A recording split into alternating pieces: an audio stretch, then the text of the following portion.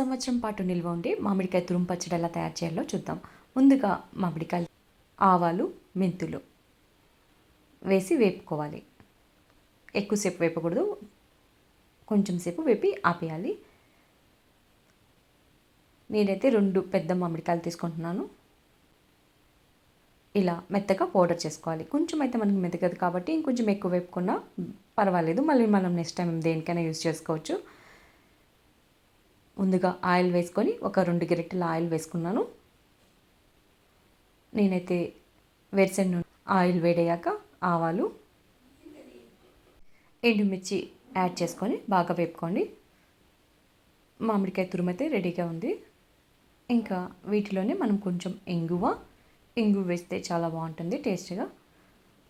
ఒక 7 రెబ్బల దాకా తెల్లగడ్డను దంచి అది కూడా యాడ్ చేస్తున్నాను. తొక్కలతో వేస్తేనే ఇంకా టేస్ట్ బాగుంటుంది, తొక్కలు తీసే కన్నా తొక్కలతోనే దంచేసాను. అవి కూడా ఒక నిమిషం ఫ్రై చేసుకొని ఇది ఫ్రై అయి మామిడికాయ తురుమును కూడా యాడ్ చేయాలి. ఇది ఎక్కువసేపు వేపకూడదు, ఒక్క నిమిషం అలా వేపేసి ఆపేయాలి.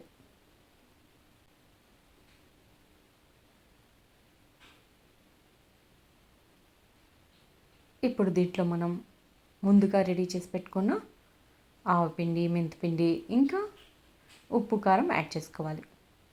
చూసారా ఎలా? నేను తీసుకున్న ½ కేజీ మామిడికాయలకు గాను ఒక 4 స్పూన్స్ ఉప్పు. ఇది కలర్ కారం అనమాట, బేడిగేది. ఇది 1 స్పూన్ వేసుకున్నాను. ఇది కారం ఎక్కువ ఉండదు. ఇంకా 3 స్పూన్స్ మామూలు కారం వేసుకున్నాను, గుంటూరు మిర్చిది.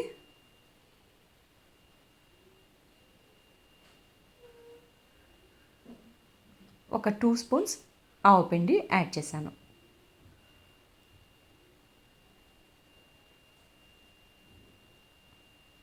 ఇవన్నీ యాడ్ చేసుకొని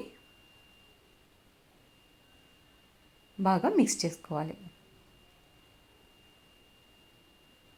ఈ పచ్చడి చాలా టేస్ట్గా ఉంటుంది. మీకు ఉప్మాలో కానీ ఇడ్లీకైనా కొంచెం చిటికెడు పసుపు